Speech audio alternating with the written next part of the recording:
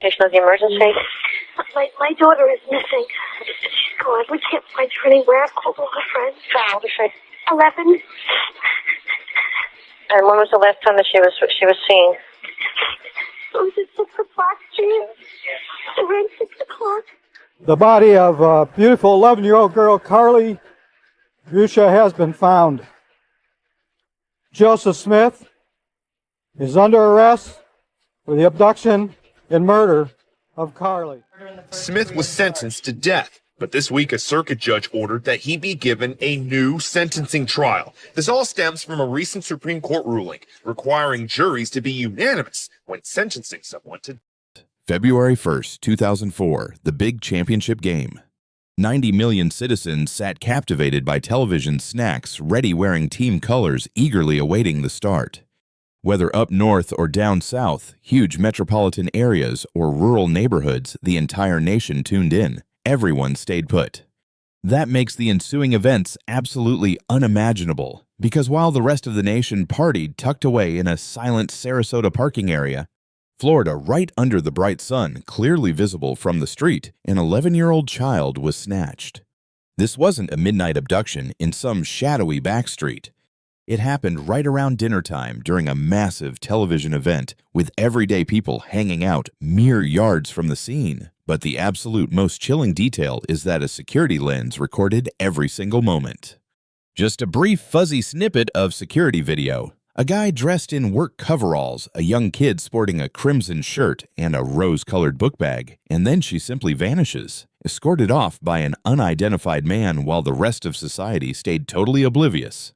That little girl was Carlie Brucia. She possessed an incredibly bubbly spirit, always giving out warm embraces and bringing absolute joy to whatever space she entered. She was strolling back to catch the sports broadcast with her relatives located just a handful of blocks from home. Carlie never arrived. You are watching an investigative deep dive into her fate, covering the unbelievable domino effect, surprising admissions, secret messages, and heartbreaking truths that eventually surfaced. The clues detectives dug up during the week following her vanishing absolutely stunned the nation, bringing to light major systemic flaws within law enforcement networks, which essentially paved the way for this tragedy to occur. Keep watching as the details of this case twist deeper and turn significantly bleaker than anyone could anticipate. Before diving into the detective work, the facts of the case, and the guy who ultimately faced a conviction in court, you first need to understand exactly who Carlie Brucia was. See, this true crime feature goes way beyond a standard police file. We are remembering a young kid who was worthy of a far better fate than the nightmare she encountered that Sunday night. Welcomed into the world on March 16, 1992, on Long Island. New York Carlie Jane Brucia had this incredible ability to instantly brighten any space the second she entered. Educators considered her delightful and polite, while her campus administrator viewed her as a complete beacon. Those weren't merely empty compliments given posthumously. That perfectly captured Carlie's true character on a daily basis. Following her folks' separation during her early childhood, she relocated southward to Sarasota, Florida, alongside her mother Susan, while Joe stayed behind. Yet she always maintained strong connections to her northern heritage, traveling back up to Long Island for all her summer and holiday school vacations. Enjoying the winter holidays up there truly remained her ultimate seasonal highlight. This girl cherished her loved ones fiercely regardless of how many miles separated them. Meanwhile, her daily routine down in Sarasota remained incredibly active. As a sixth grader attending McIntosh Middle School, she participated in the vocal ensemble, enjoyed athletics, and cared intensely for her pet feline. Completely obsessed with Jennifer Lopez, she truly thrived on shopping excursions alongside her best pals and firmly believed a genuine embrace held the power to cure absolutely any problem. Truthfully, for anyone blessed enough to be in her circle, those embraces genuinely worked. Following Susan's second marriage, everyone agreed the youngster shared a tight bond with Stephen, her new stepdad, and she also gained a little half-sibling. Her existence felt complete, embodying a genuinely lovely and perfectly normal upbringing, one destined to naturally progress over many upcoming decades. During the daytime hours of February 1st, 2004, everything still appeared perfectly on track for exactly that future. She crashed at a buddy's place the previous evening, Totally normal stuff, just a standard slumber party. Approaching dusk on Super Bowl Sunday, she prepared to travel the short distance less than a mile back to her residence to catch the big game alongside her relatives. Acting responsibly, the host parent phoned Susan beforehand simply to verify the travel plans. Refusing the request, her mother felt uncomfortable letting the girl navigate that specific route solo. Consequently, Stephen hopped into his vehicle to retrieve her himself, driving through eerily calm avenues. Nearly everyone in town stayed indoors, huddled near their screens, catching the early sports broadcasts. What should have remained a totally forgettable night quickly turned dark. Cruising the area, Stephen discovered absolutely zero trace. Carlie wasn't strolling down the block. Her fuchsia book bag was nowhere in sight. Only deserted asphalt and glowing entryways remained. He circled the block once more. Empty. Suddenly, that heavy dread settled into his gut, the absolute worst nightmare for any mother or father. A deep sense that things were terribly off. Roughly 60 minutes passed before dispatch received a 911 panic. 11-year-old Carlie Brucia had formally vanished. Station of the emergency. My daughter is missing. She's gone. We can't find her anywhere. I've called all her friends. How old is she?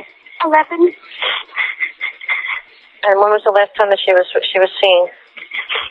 It was at 6 o'clock, Jane. Around 6 o'clock.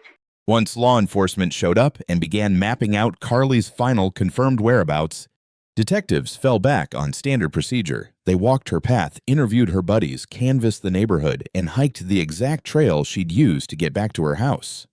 K-9 units were deployed utilizing a pillow slip straight from Carlie's bed to provide the trackers with her unique odor. Suddenly, the search took a sharp turn. A tracking dog going by the name Ruby locked onto Carlie's scent right out of the gate. The hound marched straight through the residential streets, snout glued to the pavement, completely dialed in before coming to a dead halt. She froze at the rear of an auto detailing spot off Bidge Road, specifically Eve's Car Wash, located at 4715 Bidge Road down in Sarasota. Beyond that point, Ruby caught absolute zero. The trail vanished, almost as if Carlie was snatched directly into thin air. Detectives quickly locked down the premises and pulled the proprietor, a guy called Mike Evanoff, aside for a chat. He informed the cops about his security setup, motion-triggered lenses pointing at various corners of the asphalt. Authorities booted up the video drives and scoured the clips, sweeping through every single viewpoint, praying for a solid lead. Feeds 1 and 2 only captured the street traffic and a vacant driveway, a total bust. Then they clicked over to feed 3 monitoring the rear perimeter. The sensors triggered. As detectives pressed play on the clip locked in at 6:21 p.m., right during the exact time frame of Carlie's vanishing, the visual on screen froze the blood of every cop standing there. A kid rocking a crimson-top denim pants and a rose-colored book bag strolls into view. It was undeniably Carlie, matching her exact description and wardrobe. Mere moments later, a male figure steps into the shot. Standing roughly 5'8" with dark locks and noticeable arm ink, he sported a garage technician's outfit complete with a chest patch. The text was way too pixelated to make out. He approaches Carlie directly. A brief chat happens before he extends his hand, snatches her wrist, and drags her off screen. The entire sequence spanned merely a handful of ticks, yet those fleeting moments handed the authorities the entire grim reality. Nobody was dealing with a rebellious teen escaping home. There was zero confusion here. This was a literal kidnapping recorded during the afternoon sun on one of the most widely watched broadcasting evenings in the nation's past. Law enforcement broadcasted the clip to the general population without a second thought. The aftermath was a total anomaly for homicide or missing persons units. The clip exploded online long before trending media was an everyday concept. Local broadcasters from coast to coast hijacked the story. It aired on repeat across all the heavyweight channels. Patrons stared at it in local taverns still decked out in their football jerseys. It infected the web, bouncing between emails and blasting across forums. In mere hours, countless citizens were scrutinizing the suspect in the work shirt. Joe Carlie's dad didn't pull any punches while addressing the press. He noted the bitter irony that folks were sitting barely 300 feet from the crime scene as his kid was snatched under the sun, yet nobody caught a glimpse. A massive bounty of $25,000 dropped for any solid clue pointing to the kidnapper's real name. The phone banks exploded right away. Massive waves of tips flooded the precinct, prompting detectives to re-examine that video closely. Dragging the playhead back just a fraction earlier this round, they stumbled upon a detail they'd completely overlooked. Exactly 3 minutes prior to Carlie getting snatched, a faded yellow 1992 Buick Century wagon cruised into that exciting lot. The ride looped around, drifted back onto Bidge Road, slammed the brakes near the facility, and veered right back onto the pavement. Cold, methodical hunting behavior. Now the cops possessed a pair of leads, a mug, and a ride. Surely someone in the community held the keys to linking the car and the man together. Time was rapidly slipping away, and instinctively the entire precinct understood the grim reality for a kidnapped kid. Since the security video was blasting on screens nationwide, cops were drowning in leads. Over 800 dial-ins jammed the switchboards in just the initial 48 hours. Citizens out of Florida and spanning the nation dialed up offering suspects. Physical traits and gut feelings, the exact tidal wave of engagement sparked when a mystery hooks the whole country by the throat.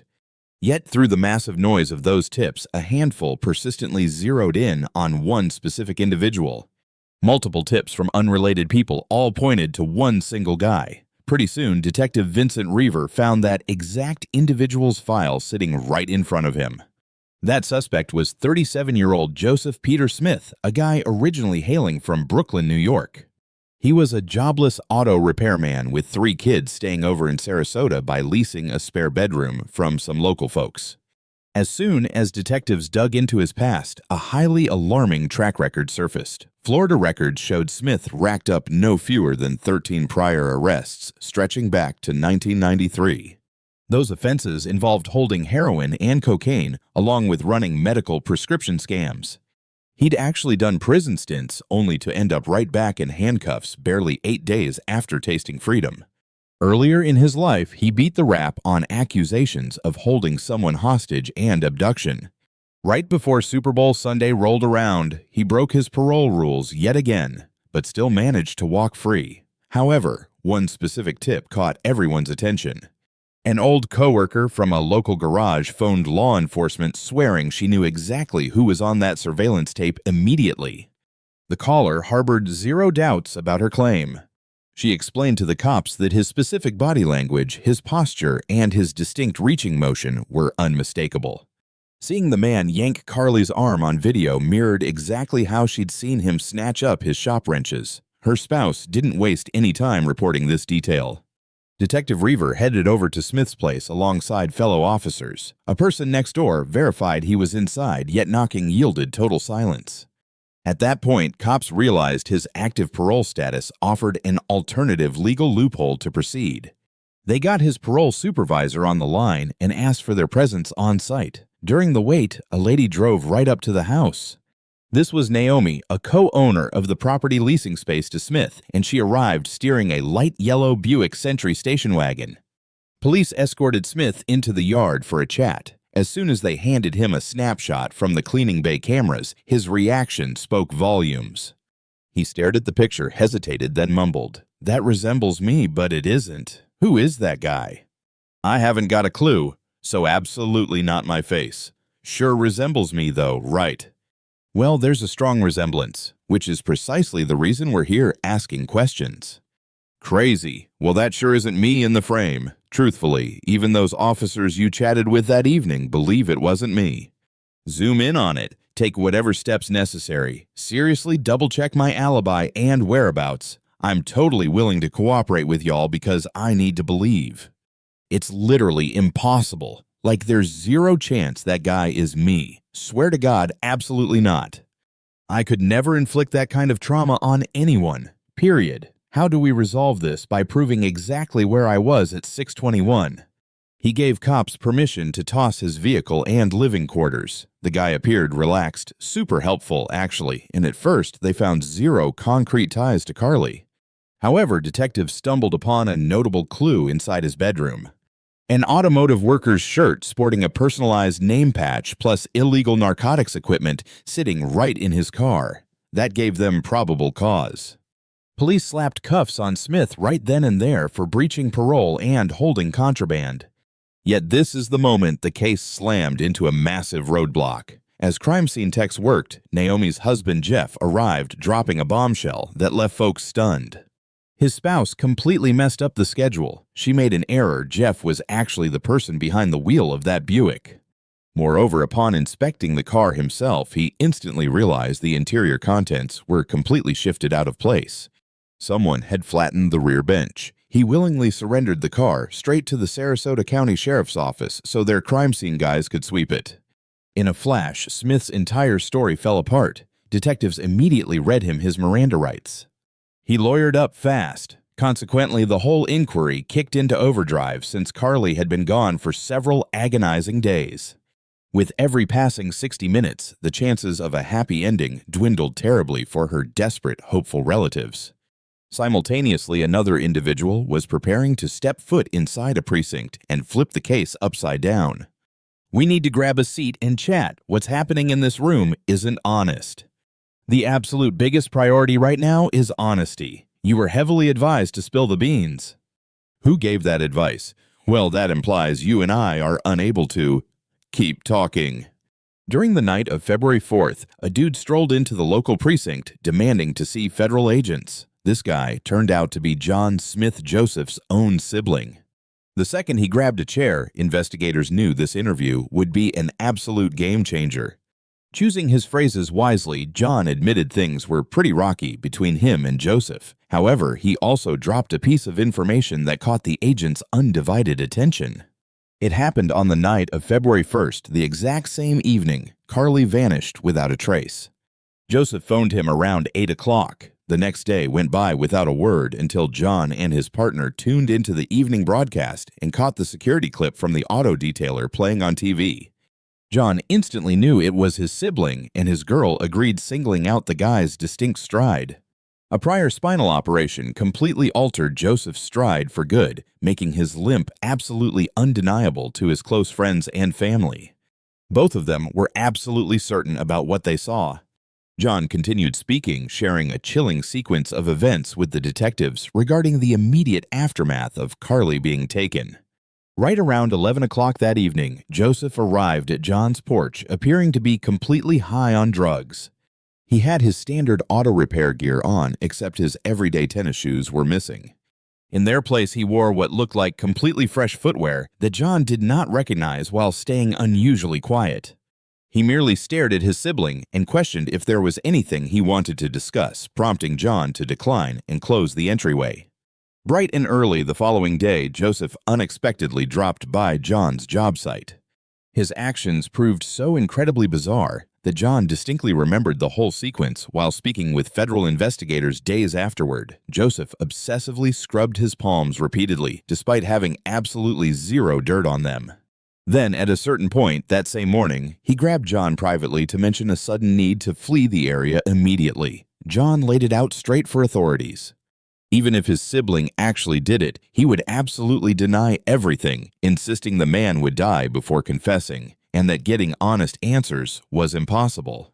He urged the cops to give up on scoring an admission and instead concentrate completely on gathering tangible proof. The detectives heeded this warning, revisiting the tapes and contacting the National Space Agency. That is right, they utilized aerospace tech to clear up the picture and decipher the exact lettering on the uniform tag from the clip. Once the upgraded visuals arrived, the label was perfectly legible, spelling out the name Joe. Yet the entire investigation was about to shift dramatically due to a completely unforeseen twist, kicking off with a ring John Smith initiated under the false assumption of being wiretapped. Once the police arrested Joseph and tossed him behind bars for breaching his parole terms, they granted him an isolated meeting alongside his sibling and mom. Roughly 90 minutes passed before John emerged looking completely rattled. He informed the cops that Joseph almost spilled the truth, getting incredibly close, yet stopped short of a full admission. The authorities bought his story and proceeded forward, deciding against placing any bugs on John. They also skipped interrogating the mom again, a choice that ultimately became a massive blunder in the whole inquiry. That very night, John grabbed the receiver and dialed federal authorities, wrongly assuming his home network had been bugged by them. The moment he muttered, "Well, I assume you guys already found out. How should I handle this now?" The federal workers listening instantly recognized that a massive breakthrough had somehow just occurred. Joseph had finally revealed the entire horrible truth to his sibling. Thinking the cops possessed an audio tape of their chat, John was just reaching out to check in, prompting 3 investigators to speed toward his residence immediately. Right there, John Smith finally came clean, confirming that Joseph had actually admitted guilt. It was not the perfect courtroom statement detectives dreamed of, yet he shared plenty with his kin and expressed his remorse. The guy completely fell apart, and once John pressured him directly by bluntly stating, "All right, Joe, the girl is dead. Where is her body? We need to recover her." Joseph gave him coordinates: 6221 Proctor Road by Interstate 75 behind Central Church of Christ. Law enforcement scrambled, instantly discovering Carlie Brucia during the pre-dawn hours within some heavy shrubbery bordering a lot in back of the parish. She had been dead 4 days. The gruesome condition of her discovery alongside the coroner's subsequent findings represent the exact type of nightmare fuel that permanently haunts cops, lawyers, and jury members for the rest of their days. John further confessed to driving out to the spot following his precinct visit simply to verify his sibling's wild tale, rather than calling it in, noting that if Carlie survived, his strategy involved setting her loose, handing out some cash, snapping a photo to peddle to the press, and utilizing those funds to secure Joseph an excellent defense attorney. That remains an absolutely unbelievable confession within the scope of this whole true crime ordeal. It brings up deeply troubling mysteries with no easy conclusions, though one absolute fact remained completely certain: Joseph Peter Smith kidnapped Carlie Brucia. Now the guy was about to face the ultimate wrath of the national legal framework. As detectives began analyzing the collected clues, they managed to put together a rock-solid portfolio that district attorneys love and defense squads absolutely dread. They gathered mountains of tangible items, lab results, and witness accounts, with every single piece being completely incriminating. Combined, the proof was staggering. First off, we need to look at the genetics. During the lab review of Carlie's apparel, experts discovered a seminal fluid stain on her shirt. Technicians then compared that sample directly against Joseph Smith's genetic markers. The results were a perfect hit, revealing that the chances of some random white guy leaving behind that exact biological material sat at 1 in 32 quintillion in Emporium. Just to give you an idea of how massive that figure actually is, Earth currently holds roughly 8 billion humans. 1 in 32 quintillion isn't merely a slim chance. It's an absolute guarantee. However, the genetic link was merely the starting point. Tucked away in that yellow Buick Century wagon owned by Naomi and Jeff, the exact ride Smith took out on the night of February 1st, detectives located a pair of Carlie's hairs. Crime scene techs further collected 7 distinct threads from inside the cabin that perfectly aligned with the material making up Carlie's crimson top. That automobile held on to a dark truth that absolutely no scrubbing could ever wash away. Carlie had definitely been trapped in that wagon. The forensic facts left zero room for doubt. Next came the secret message. As Joseph Smith was locked up waiting for his court date, he pulled a stunt that detectives considered unbelievably stupid. He drafted a note to his sibling John. Fully aware that guards read prisoner correspondence, he masked his words using a cipher. He genuinely thought this scrambled text would remain completely hidden from everyone except John. He miscalculated, and federal agents cracked it. What they uncovered in those lines was absolutely mind-blowing. Translated into normal English, the document confessed how Smith tossed Carlie's garments alongside her pink book bag into 4 distinct trash bins scattered around town. It was a calculated move to spread out the clues and complicate the search. He additionally detailed pulling her remains to the exact spot they eventually discovered her. Closing out the correspondence, showing off a terrifying level of cold-blooded logic. Despite being locked in a cell, he ordered John to burn the paper immediately after reading it and to stay completely silent. That note survived intact, ultimately serving as one of the most devastating weapons the state attorneys brought before the judge. Reports from the coroner's office stacked an even more horrifying dimension onto the investigation. Post-mortem exams proved Carlie was tied down. Deep ligature bruising around her wrists painted a vivid picture of the struggle. Officials ruled she died from being choked with a cord, while physical examinations proved she suffered a brutal assault right before she passed. Between the chronological facts and the severity of her wounds, authorities saw a clear pattern of heavily planned intentional brutality. This wasn't some random snap judgment caused by a sudden fit of rage, but rather a deeply organized and brutally heartless scheme. Then you have his actual admission, or more accurately, a string of half-truths that formed a complete guilty plea. Joseph confessed to his sibling that he regretted his actions. He even outlined the attack that happened in the back seat. He guided John right to Carlie's hidden remains, providing such precise details that cops located her amidst heavy weeds during the pitch-black pre-dawn hours.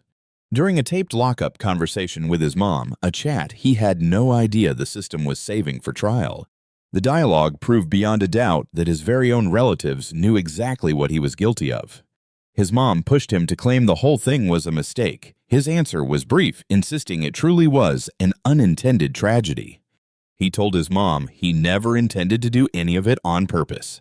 That captured audio would eventually echo throughout a courtroom for 12 local citizens tasked with determining his future.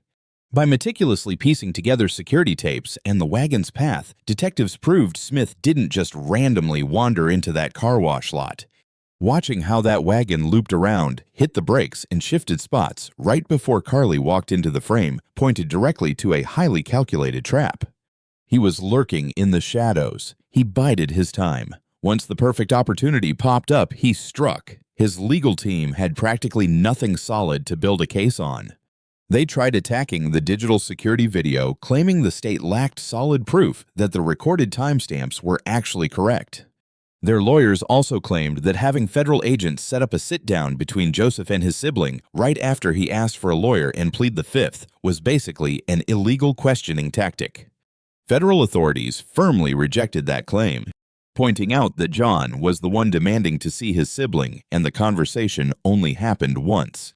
Joseph's legal counsel gave it the green light. Neither excuse held water because once you pile up video recordings, bodily fluid matches, thread testing matching hairs, a cracked secret note, taped jailhouse confessions, and the reality that the accused literally pointed the cops straight to the corpse. There's basically zero chance any lawyer can spin that to convince a jury to let him walk free. Joseph Peter Smith was on the verge of experiencing this directly when his court proceedings finally kicked off in November 2005. The Carlie Brucia tragedy had been weighing heavily on the minds of the entire country for practically 24 months. That security video remained ingrained in public memory. Nobody let it slip their minds. Consequently, as the process of picking jurors kicked off, tracking down 12 locals across Florida who had somehow missed watching that clip, who had avoided experiencing an intense, gut-wrenching reaction to that brief recording, proved incredibly difficult. Proceedings officially launched on November 7, 2005. The finalized panel ended up being composed of a group featuring 8 females and 4 males. Right as the initial remarks kicked off, everyone immediately realized the prosecution wasn't merely overcoming lingering uncertainties. They were gearing up to bury the defense under a mountain of undeniable proof. State Attorney Deborah Ravar presented everything systematically, completely avoiding unnecessary drama, detailing the security tape, the genetic profiles, the fabric threads, the strand samples, the cryptic note, and the tapped conversations. Alongside the reality that Joseph Smith himself led detectives straight to where Carlie lay hidden during the dead of night. Adding theatrical flair was totally unnecessary. The sheer reality of the situation echoed louder than any fancy legal speech ever could. The opposing counsel simply fulfilled their sworn duty. They challenged absolutely any fragment of proof where they could manage to gain some leverage. They cast doubt upon the reliability of the electronic recording. Furthermore, they scrutinized the exact details surrounding the prison encounter involving Joseph and his sibling. They insisted his admission of guilt was vague, roundabout, and fundamentally flawed under the law. Within a judicial environment, demanding the state absolutely prove its claims beyond question. Raising such points remains completely necessary. Our entire legal framework relies on this exact process. However, the sheer volume and strength of the proof prevented those defenses from swaying the panel. Then, the people testified. John Smith approached the box, bringing immediate complexity to the proceedings.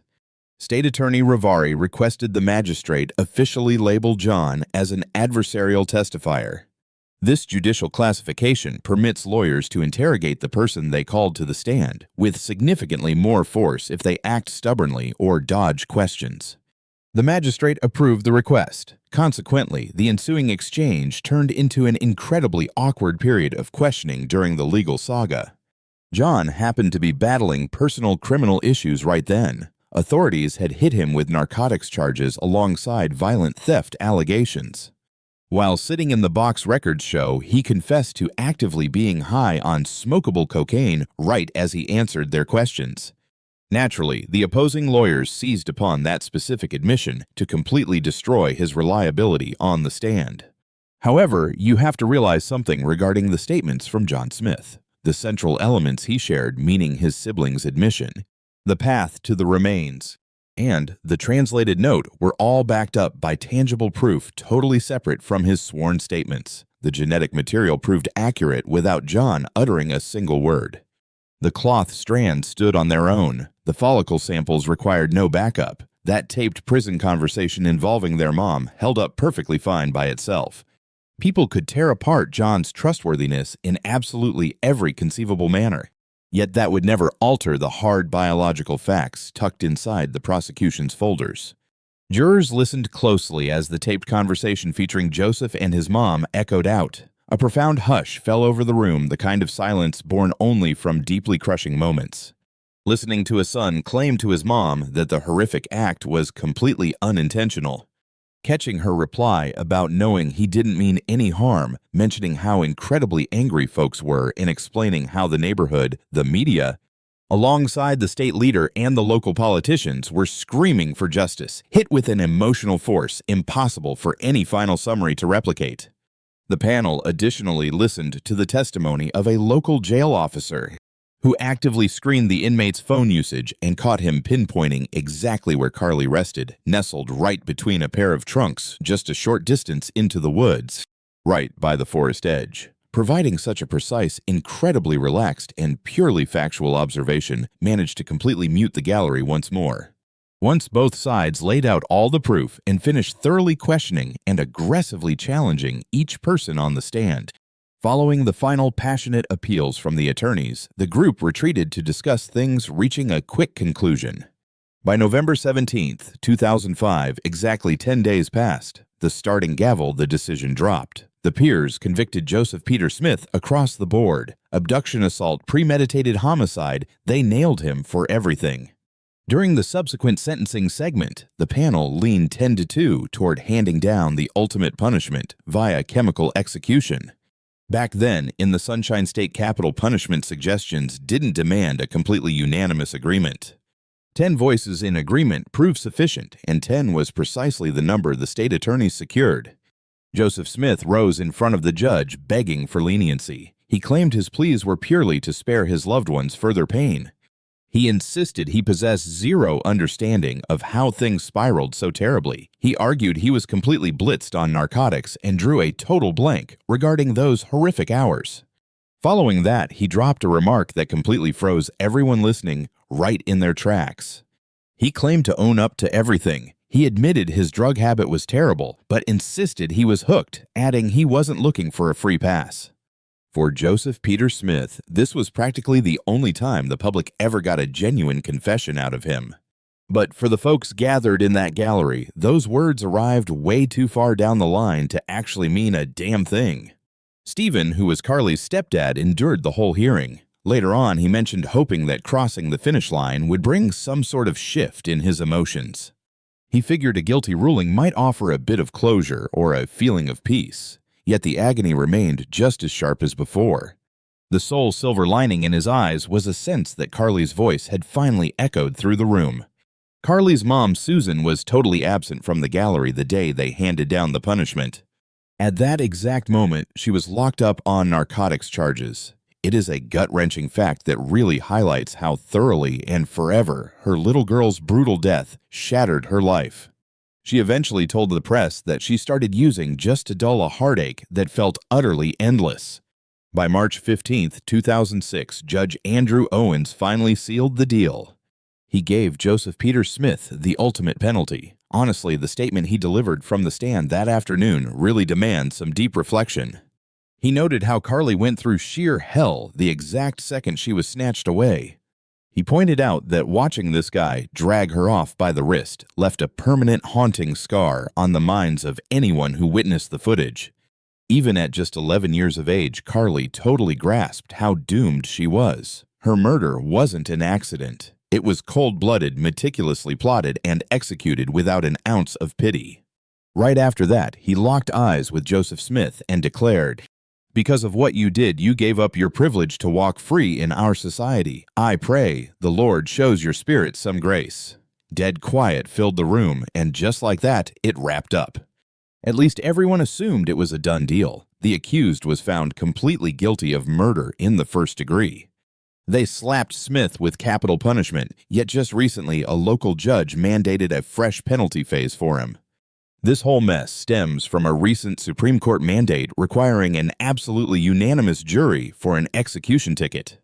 Honestly, I really doubt this has a single thing to do with actual fairness or the legal system. Joe Brucia, who is Carlie's dad, is absolutely livid. He feels the system could not care less about the folks who lost loved ones. The courts act like these choices do not tear folks apart, but they cause massive damage. This guy has no business breathing up our hard-earned tax dollars for another second.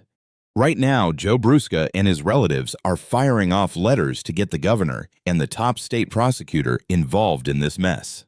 Step up and make the correct call. Follow through on the exact guarantee the state of Florida gave us, which means executing Joseph Smith, the monster who took my little girl's life. Back in 2016, the United States Supreme Court struck down a Florida statute because it allowed for capital punishment even if the jury wasn't in total agreement. 2 years later, in 2018, Florida's highest court tossed out Smith's capital penalty, too, though it got slapped back on by 2020. Fast forward almost 12 months, and the exact same court demanded a completely fresh penalty trial for him. A lower court is going to review just the punishment phase, completely ignoring the guilty verdict. They have not even pinned down a date for this yet. The minute Judge Owens issued that ultimate penalty, back in March of 2006, pretty much anyone tracking the trial figured the whole nightmare had finally wrapped up. Everyone figured Joseph Peter Smith was going straight to a cell to ride out his final legal lifelines, and ultimately meet the exact fate a panel of everyday folks totally agreed he had earned. Folks hoped Carlie's relatives could just mourn in peace, free from the endless loop of sterile courthouses and endless motions dragging them back into their darkest nightmare on a loop. But things went totally sideways. Following the verdict, a massive legal circus dragged on for 15 years, shining a bright light on the massive cracks running through our entire justice system. Those were the exact same systemic failures that Carlie's dad, Joe, was shouting about from day one, way before anyone even reached a verdict. Honestly, the legal pushback kicked off almost the second the gavel dropped. None of those motions caught any wind for years. The defense team kept throwing different tactics at the wall, questioning how the trial was run, picking apart the evidence rules, and claiming certain parts of his day in court completely violated his rights. Time and again, the judges didn't budge an inch. The guilty ruling held strong, and so did his ultimate punishment. For a good stretch, it seemed like the wheels of justice, no matter how painfully sluggish, were finally cruising toward the finish line we all saw coming. That all changed in 2016 when the highest court in the land dropped a major bombshell decision regarding a lawsuit known as Hearst versus Florida. Their ruling essentially stated that Florida's method for handling capital punishment violated the Constitution, mainly because the guy in the robe had way more say than the jury when making the final call on a guy's life. It was a massive game changer that completely shook up dozens of execution cases statewide, snagging Joseph Smith's trial right in the crossfire. Fast forward to 2018, and they totally wiped out Smith's execution order directly because of that Hearst ruling. This unexpected courtroom twist rocked the people of Sarasota to their core and struck Carlie's relatives like a blindside punch. Following the entire ordeal, the courtroom battle, the guilty finding the penalty phase, and the endless delays, attorneys exploited a technical loophole and successfully tore the case wide open. Yet prosecutors working for the state of Florida were entirely unwilling to back down. Officials aggressively countered, submitting paperwork to restore the original penalty while battling the penalty phase redo constantly. Sometime around 2020, following 24 months of courtroom battles, a judge ordered Smith's execution mandate active again. This saga was barreling straight into a brand new, exhausting phase. Then fate stepped in with a finality that no judge could ever deliver. During late July 26, 2021, exactly 17 years since someone snatched Carlie Brucia from that Sarasota blacktop, Joseph Peter Smith passed away behind bars at the Union Correctional Institution in Rayford, Florida. The inmate was 55 years of age. Early bulletins kept his fatal condition a secret, though journalists eventually revealed that a malignant hepatic tumor claimed his life, while other outlets pointed to severe complications linked to hepatitis C. The killer took his last breath without facing a formal state execution, avoiding the lethal injection table entirely and dodging the ultimate penalty handed down by that Sarasota magistrate during 2006. Ultimately, the Justice Department, despite decades filled with hearings, continuous challenges, and endless judicial orders, completely failed to deliver the retribution they guaranteed. Carlie's dad, Joe, refused to sugarcoat his feelings upon hearing the update. He mentioned feeling a massive weight lifted, adding that this resolution was heavily overdue. Furthermore, his subsequent remarks struck directly at the core failures revealed throughout this tragic ordeal. The father argued that the authorities completely botched their duty, calling the institutions inept and crooked, while noting that the universe ultimately balanced the scales. For ages, Joe echoed these exact frustrations way before Smith took his final breath, preceding the infamous Hearst ruling and well ahead of the endless legal challenges or penalty disputes. To Carlie's dad, the real agony wasn't the agonizing courtroom drama or the exhausting aftermath. His greatest heartbreak stemmed from realizing that this entire tragedy was totally preventable from the start. Joseph Smith was actively serving a supervised release when he kidnapped Carlie. The criminal completely ignored those release conditions repeatedly. Cops previously discovered him passed out on the pavement from a cocaine binge. His supervision guidelines clearly mandated an immediate 5-year return to a penitentiary for any infractions. Those were the rules. The authorities had firmly guaranteed that outcome. Yet rather than enforcing the rules, officials shifted the convict to a narcotics-focused supervision program, a downgrade that allowed him to roam free. Exactly 8 days following that terrible call, an abductor snatched Carlie Brucia from an auto detailing lot under the bright sun. Joe contacted Representative Catherine Harris, a local state lawmaker, pleading with her to take action, desperate for any measure ensuring no mom or dad would suffer his nightmare. Representative Harris actually listened. The politician drafted a bill eventually dubbed Carlie's Law. During a media briefing, she demanded urgent reforms to shield kids from habitual criminals, specifically targeting felons who abuse societal mercy to carry out fresh atrocities. Representative Nick Lamson, out of Texas, joined the effort as a partner. The legislation gained serious traction. Citizens rallied behind the concept. It carried the undeniable ethical burden of the tragedy involving an 11-year-old victim from Sarasota, Florida. Unfortunately, lawmakers never enacted Carlie's Law. The massive financial burden ruined its chances. Florida's penitentiary director calculated that locking up repeat offenders matching Smith's profile would require roughly $1 billion. Once that massive price tag reached the Capitol floor, progress instantly froze. The proposal collapsed before officials could even cast their ballots. Joe reacted to the defeat bluntly and refused to sugarcoat his anger. The grieving dad declared it utterly disgusting that politicians dared to slap a price tag on his little girl's existence or any youngster's safety. Representative Harris swore to bring back a fortified version of the legislation aimed at fixing broader loopholes in youth safety protocols. That vow remained unfulfilled. Politicians completely abandoned the proposed safety measure. Carlie's Law, the single concrete legal tribute meant to honor her memory while safeguarding future generations, just vanished inside the grinding gears of the United States political machine, lost forever. Around that same time, a fresh controversy overshadowed the investigation from a completely bizarre angle. The reality is truly shocking to process. Exactly 10 years ago, this week, an unknown man snatched a young Sarasota kid from an auto wash, triggering a nationwide manhunt. A decade ago today, everyone watched a terrifying abduction unfold on security footage. Authorities discovered Carlie Brucia deceased several days after. The victim was barely 11. The killer dumped her remains near a sanctuary. Today, 10 years down the line, that exact congregation continues honoring the youngster by advocating for childhood safety. While Harley's situation was absolutely devastating, the tragedy ultimately saved countless other youths today. Stephen Candler, Carlie Brucia's stepdad, spoke those words to a massive audience assembled inside the Central Church of Christ. Susan Sharpen, the little girl's mom, was completely overwhelmed with grief at the site where they discovered her child 4 days following the kidnapping. The goal is to make sure children and grown-ups alike stay alert. People need to realize this could easily strike their own families. We usually assume these tragedies only occur in distant places.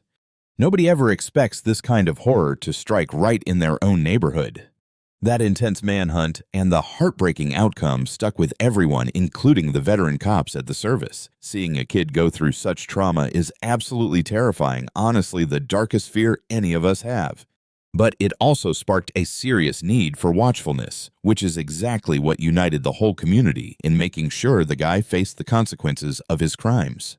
While Smith waits out his time on death row over the last 10 years, local parish leaders have teamed up with residents to host 8 youth protection events alongside various other drives, dedicating it all to a youngster taken way too early. Our mission is to ensure Carlie is never forgotten. This spot will forever remain a local sanctuary where folks can visit, where people can reflect, and where everyone can renew their dedication to keeping the children in our town safe. Following the passing of Smith, law enforcement officials in Bradenton openly verified that Joseph Smith was actually looked at as a person of interest in another homicide. That was the year 2000 slaying of 25-year-old Tara Riley, discovered deceased in a drainage basin located behind a Florida retail store. Detectives hit a dead end with that investigation long ago. Yet a taped conversation from his stint behind bars emerged. In it, his sibling John, a guy who personally interacted with Tara Riley through their job, faced blunt questions from relatives about whether cops had interrogated Joseph regarding the young woman. John possessed absolutely zero doubts regarding the situation. He shared with journalists how Tara turned Joseph down right before she died, believing that this deep embarrassment ultimately drove him to kill. He remained firmly confident that his sibling committed the crime. He mentioned wanting the mystery unraveled prior to Joseph passing away, though that never happened. Ultimately, Joseph Smith passed away completely uncharged for the slaying of Tara Riley. As of right now, her homicide file stays formally open and unresolved. Now that Smith is dead, the actual facts surrounding his potential involvement and the complete extent of the pain he inflicted will probably stay buried forever. As for John Smith, he bore the heavy burden of the tragedy in a rather complex manner right up to his final breath. He actually took the stand to condemn his own sibling. He also guided authorities directly to the remains of Carlie. He managed to process the sickening reality of his relatives' actions and ultimately decided, despite the flaws and the weight, to simply come clean. Once Joseph took his last breath, John dropped a subtly heartbreaking remark in just a few words. He expressed that his sibling refused to ever admit fault, dodging any genuine accountability, and perished without ever vocalizing his guilt. Following that, John plainly labeled him a coward in death. Nothing more to it. The traumatic fallout from Carlie losing her life reached way past legal proceedings and lawmakers. According to certain sources, her grandma just could not handle the overwhelming sorrow. Close friends of the household claimed she passed away entirely from a shattered heart. The young girl's grandpa completely abandoned America to relocate across the Atlantic, eventually dying over there too. Meanwhile, her uncle lost his life in a highway collision that a few suspect was completely intentional. A single kid snatched in an instant from a local car wash lot during Super Bowl Sunday. Consequently, the ensuing devastation rippled outward just like a massive tide, impacting everybody along the route and completely altering every soul it encountered. Honestly, for me, it is just a peaceful area to pass the hours. He dwells on the memory of Carlie Brucia way more frequently than the average person. They located her pretty much right near the boundary, almost exactly where that stone sits. He manages the tribute site dedicated to her over at the Central Church of Christ. He visits this spot to ponder everything about Brucia. Meanwhile, Andy thinks back on his own grandchild who suffered a fatal attack years back. Whenever you suffer the loss of a relative, it feels somewhat comforting to just find a spot to relax and take in the peace and quiet. He remains pretty conflicted regarding the recent announcement that the guy who took Brucia's life, Joseph Smith, will be facing a brand new sentencing hearing. I am truly torn on the whole thing. Snuffing out a second person will not actually resurrect Carlie. Yet concurrently, like I always mention, we need to ensure the legal system does its job fully, pushing for the absolute maximum penalty under the rules. So here we are begging you once more to lend a hand in fixing up that flower bed you can spot just beyond here. The plants are withering away. The community is losing focus. There used to be tons of helpers showing up weekly to maintain this tribute space for 11-year-old Carlie Brucia. These days, it sits completely ignored and trashed by troublemakers, a close companion of the household Cher Langworthy. Both she and her spouse, teamed up with the little girl's cousin, spent the past 3 weeks attempting to bring the planting grounds back to life. I desperately need her, impact her entire story to survive, and I honestly aim for this to act as a serious wake-up call, a spot where moms and dads can bring their children and educate them on the very real dangers out there. Community folks and area shops pitch in to tend the grounds. When prosecutors heard about Smith passing away, they issued a memo, noting that although returning Carlie was impossible, they felt thankful her loved ones and Sarasota locals might finally find peace and absolutely avoid sitting through further legal battles. Closure. People toss that term around constantly throughout the true crime world. Yet the folks actually surviving these nightmares usually reject that concept the absolute hardest of anyone. You see, for Joe, her dad, Stephen, her stepdad, and Susan, her mom, a mother relying on heavy substances just to navigate a bottomless sorrow, finding any kind of resolution totally falls short. Their current reality is pure, unfiltered survival. All they hold on to are memories. They fiercely hold on to a daughter, a cherished stepchild, a sweet kid who absolutely adored Jennifer Lopez, belted out beautiful choir tunes, warmly embraced absolute strangers, and undeniably earned every future moment violently stolen away from her out on that fateful blacktop. Mourning a murdered kid brings a totally unique brand of agony. It completely ignores typical healing phases. The clock fixes nothing. Court decisions, prison terms, or even watching the killer pass away simply won't cure this deep pain. Instead, this sorrow permanently settles deep inside their souls, entirely warping their everyday world forever. The Brucia household has dragged this heavy burden around for more than 20 years at this point. However, right amidst such crushing agony, another incredibly powerful element quietly stuck around too. A softer, deeply relentless force, recalling the beautifully genuine girl Carlie truly embodied.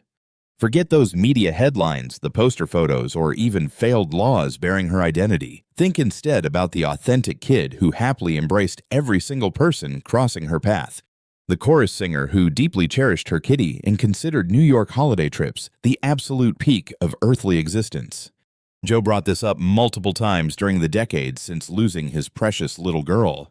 He constantly mentions how they discuss her daily proudly keeping her beautiful pictures displayed everywhere indoors, keeping her spirit alive internally, never viewing her as a police file, a grim warning, or proof the justice system broke, even if those dark labels technically apply.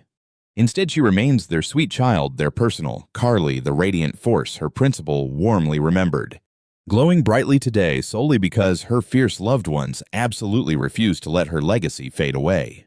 That defiance proves crucial. Otherwise, everyday society might just remember Carlie Brucia as some horrific event, merely viewing her as a cold statistic during intense debates regarding legal changes.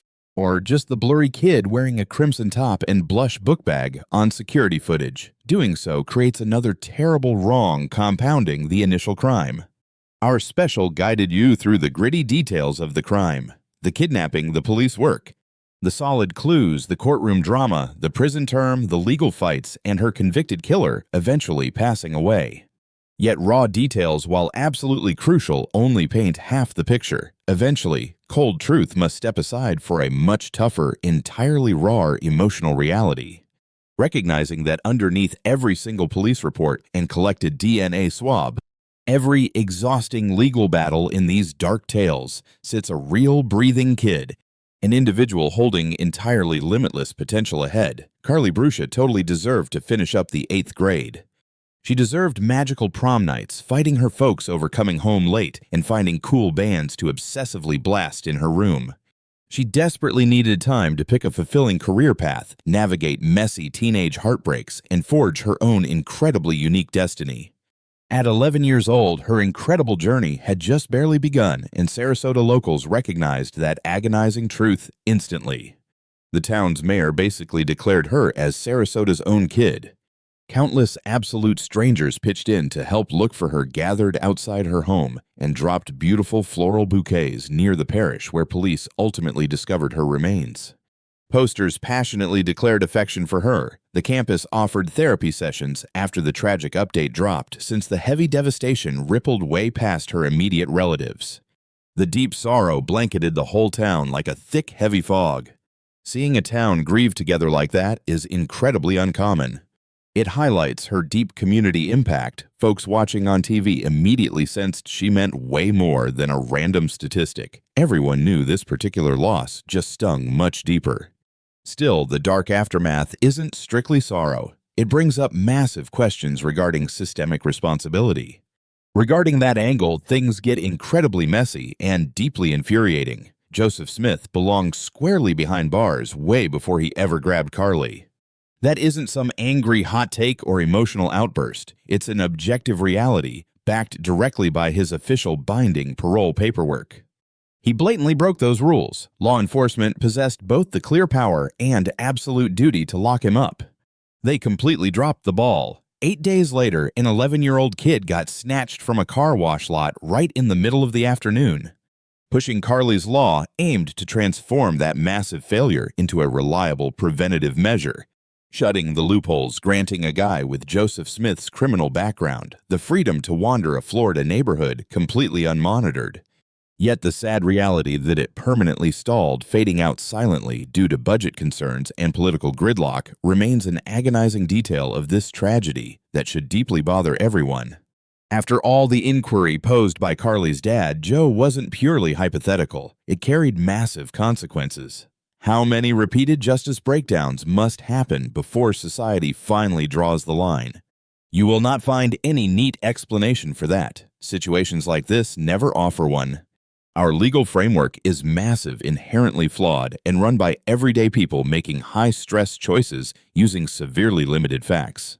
While the vast majority of these choices come from good intentions, a handful end up being disastrously incorrect. Ultimately, the folks suffering the horrific fallout of those massive blunders are rarely the officials who actually committed them.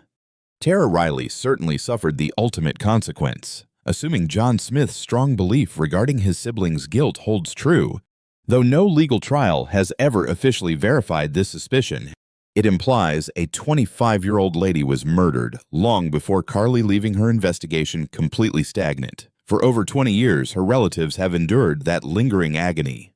Furthermore, now that Joseph Smith has passed away, the chances of securing any formal closure are practically non-existent.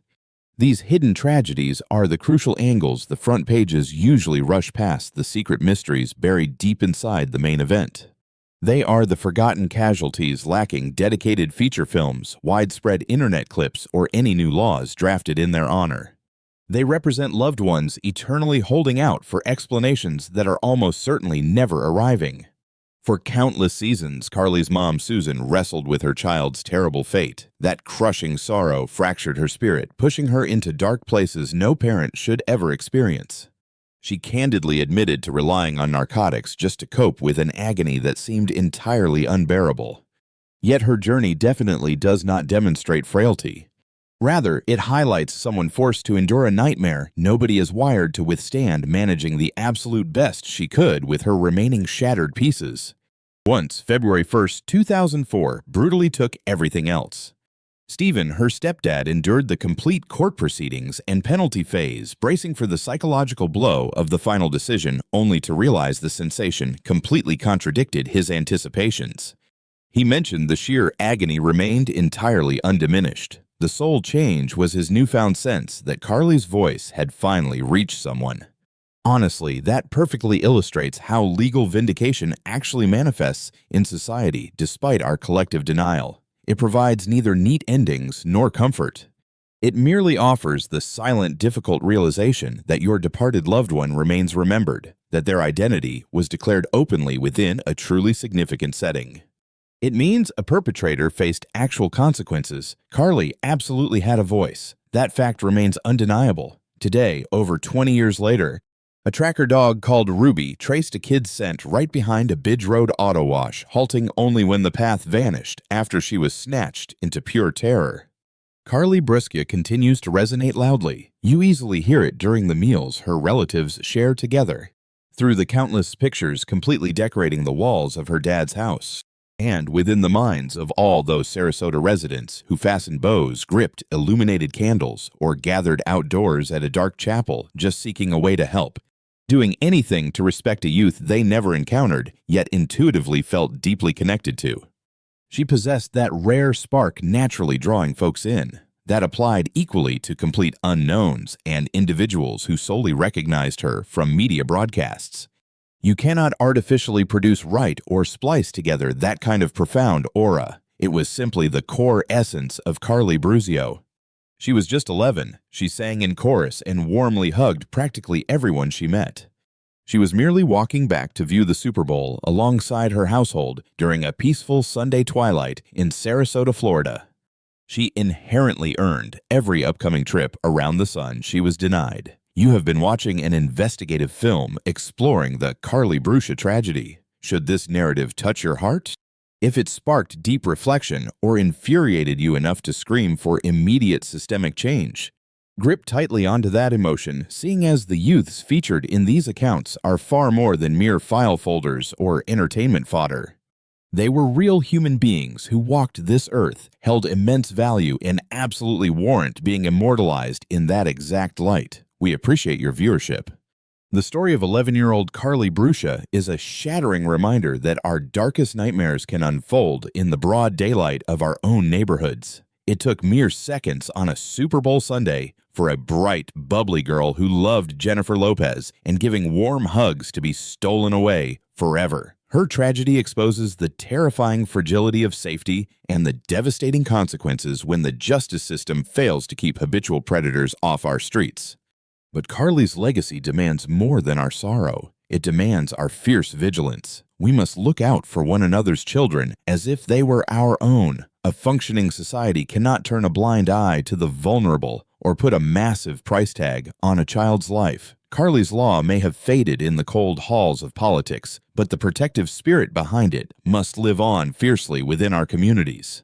Hold your loved ones a little tighter today. Pay attention to your everyday surroundings. Demand true accountability from those sworn to protect the innocent. Let us not remember Carlie merely as a tragic true crime statistic or a blurry figure on a security tape, but as a radiant, beautiful soul who absolutely deserved every single tomorrow she was denied.